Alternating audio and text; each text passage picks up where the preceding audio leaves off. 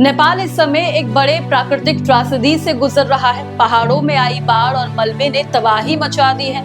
लोग लापता है, परिवार अपनों की तलाश में है और कई इलाकों में जनजीवन पूरी तरह से प्रभावित हो चुका है। लेकिन इस मुश्किल वक्त में एक पड़ोसी देश लगातार नेपाल के साथ खड़ा है और वो है भारत। सवाल यह है कि आखिर नेपाल में ऐसा क्या हुआ, भारत ने कितनी जल्दी मदद पहुंचाई और सबसे दिलचस्प बात, दिन दोनों देशों के बीच पिछले कुछ सालों में राजनीतिक और सीमा से जुड़े मुद्दों पर मतभेद देखने को मिले, वही भारत आज संकट की घड़ी में नेपाल के साथ मजबूती से क्यों खड़ा है। अब इस पूरी कहानी को समझते हैं। नेपाल में आखिर हुआ क्या। नेपाल के हिमालय इलाकों में अचानक आई भीषण फ्लैश फ्लड ने पूरी तबाही मचा दी। रसुवा और भोटेकोशी नदी क्षेत्र में पानी और मलबे के तेज बहाव ने कई इलाकों को अपनी चपेट में ले लिया। सड़कें, पुल और दूसरे इंफ्रास्ट्रक्चर को नुकसान पहुंचा है और बड़ी संख्या में लोग प्रभावित हुए हैं। अब सबसे बड़ी चिंता उन लोगों को लेकर है जो आपदा के बाद लापता हो चुके हैं। पहाड़ी इलाकों में इस तरह की प्राकृतिक आपदा बेहद खतरनाक होती है क्योंकि पानी के साथ मिट्टी, पत्थर और मलबे की बहुत तेजी से वो नीचे आते हैं और ऐसे में लोगों को सुरक्षित जगह पहुंचने के लिए बेहद कम समय मिलता है। और इसी मुश्किल समय में नेपाल को सबसे पहले जिन देशों से मदद और समर्थन मिला है उसमें भारत प्रमुख रूप से सामने आया है। अब भारत ने क्या किया है, जैसे ही नेपाल में इस भयावह आपदा की जानकारी सामने आई, भारत की तरफ से मदद का भरोसा दिया गया।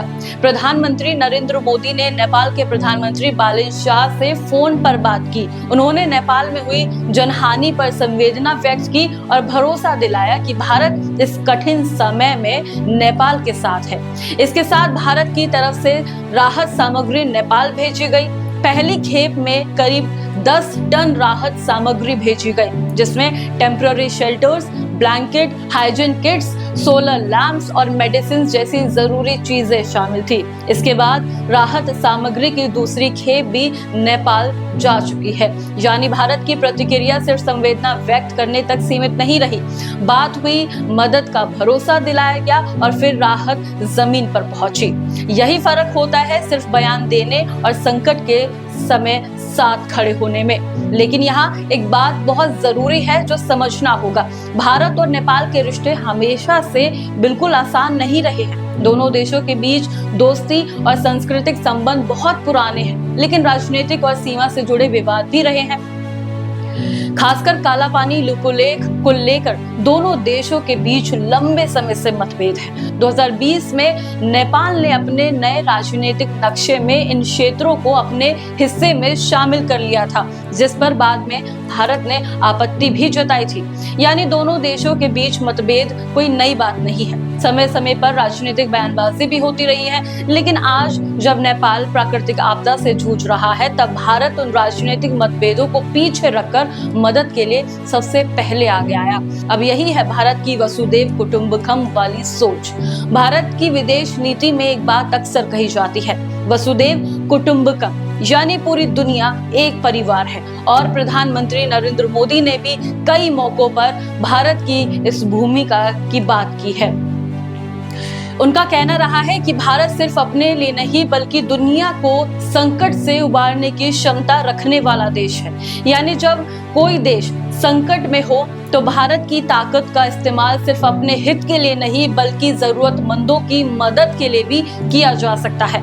नेपाल के मौजूदा संकट में भारत का रवैया इसी सोच की तरफ आगे बढ़ता हुआ दिखाई दे रहा है, क्योंकि अगर पड़ोसी मुश्किल में है तो सबसे पहले उसके साथ खड़ा होना सिर्फ कूटनीति नहीं बल्कि मानवीय जिम्मेदारी भी है। और भारत नेपाल का रिश्ता सिर्फ सरकारों से नहीं चलता, इसे सिर्फ मोदी सरकार और नेपाल सरकार के रिश्ते के तौर पर भी देखना सही नहीं होगा। भारत और नेपाल की करीब 1800 किलोमीटर लंबी खुली सीमा है। दोनों देशों के बीच लोगों की आवाजाही सदियों से रही है। परिवारों के रिश्ते हैं, व्यापार है, रोजगार है, धार्मिक और सांस्कृतिक संबंध है। इसीलिए नेपाल में होने वाली बड़ी प्राकृतिक आपदा का असर सिर्फ नेपाल तक सीमित नहीं रहता, भारत के सीमावर्ती क्षेत्रों पर भी उसका असर देखने को मिलता है। अब यही वजह है कि नेपाल की आपदा भारत के लिए भी चिंता का विषय है। अब इस पर बालेन शाह और भारत के बीच क्या कुछ तनाव रहा है, उस पर चर्चा करते हैं। अब देखिए, नेपाल के मौजूदा प्रधानमंत्री बालेन्द्र शाह, जिन्हें लोग बालेन शाह के नाम से जानते हैं, वो काफी ज्यादा भारत को लेकर मुखर रहे हैं। सीमा से जुड़े मुद्दों पर उनके बयान सामने आते रहे हैं और भारत नेपाल रिलेशंस में राजनीतिक तनाव भी देखने को मिला है। लेकिन आज जो तस्वीर है वो बहुत कुछ बयां कर रही है। एक तरफ राजनीतिक मतभेद अपनी जगह है, दूसरी तरफ नेपाल के लोग एक प्राकृतिक आपदा से जूझ रहे हैं और भारत ने ये तय किया है कि आपदा के वक्त राजनीति को बीच में नहीं लाएंगे। अब यही बात है जो इस पूरी कहानी को बहुत ज्यादा इंटरेस्टिंग बना रही है, क्योंकि संकट में सवाल ये नहीं होता कि कौन सही है कौन गलत। जब किसी के घर पर संकट आता है तो हमें सबसे पहले ये हमारी मानवीय जिम्मेदारी होती है कि उसको संकट से उबारा जाए, और शायद यही किसी भी पड़ोसी रिश्ते की सबसे असली परीक्षा भी है। नेपाल और भारत के बीच सीमा विवाद पर बहस हो सकती है, राजनीतिक बयानों पर मतभेद हो सकता है, सरकारों के बीच डिसएग्रीमेंट भी हो सकता है, लेकिन जब बाढ़ लोगों की जिंदगी छीन रही है, लोग अपनों से बिछड़ रहे हैं, लोगों की मदद की जरूरत हो, तब इंसानियत को सबसे आगे रखना चाहिए। भारत के लिए ये सिर्फ नेपाल की कुछ मदद नहीं है, नेपाल में बहुत बड़ी संख्या में भारतीय नागरिक भी जाते हैं। नेपाल पर्यटन, धार्मिक यात्राएं और व्यापार के लिहाज से भारतीयों के लिए ये बेहद महत्वपूर्ण है। इसलिए नेपाल में ऐसी बड़ी आपदा होने पर भारतीय नागरिकों की सुरक्षा भी भारत की प्राथमिकता बन जाती है और भारतीय अधिकारियों और नेपाल में मौजूद भारतीय मिशन के जरिए प्रभावित भारतीय नागरिकों तक मदद पहुंचाने और जरूरी कोऑर्डिनेशन को भी कोशिश की जा रही है। अब देखिए, प्राथमिकता साफ है, लापता लोगों की तलाश करनी है, घायलों का इलाज कराना है, फंसे हुए लोगों को सुरक्षित बाहर निकालना है, राहत सामग्री पहुंचाना है और जिन इलाकों में इंफ्रास्ट्रक्चर को नुकसान पहुंचा है वहां पर कनेक्टिविटी बहाल करनी है। लेकिन इसके साथ ही एक बड़ा सवाल भी है, हिमालय क्षेत्र में इस तरह की प्राकृतिक आपदाओं का खतरा लगातार बन रहा है। इसलिए भविष्य में भारत और नेपाल के बीच disaster management, early warning systems और इमरजेंसी कोऑर्डिनेशन को लेकर भी मजबूत बात रखनी होगी, क्योंकि पहाड़ों पर आई आपदा सीमा देखकर नहीं आती। पानी को कोई फर्क नहीं पड़ता कि वो पानी भारत में गिर रहा है या नेपाल में। आखिर में सिर्फ इतना कि नेपाल इस वक्त जिस दर्द से गुजर रहा है उसे राजनीतिक चश्मे से देखना जरूरी नहीं है। आज वहां के लोग मदद की गुहार मांग रहे हैं, परिवारों से समर्थन जुटाने की कोशिश कर रहे हैं, घायलों को इलाज चाहिए और प्रभावित लोगों को अपनी जिंदगी दोबारा खड़ी करने का सहारा चाहिए।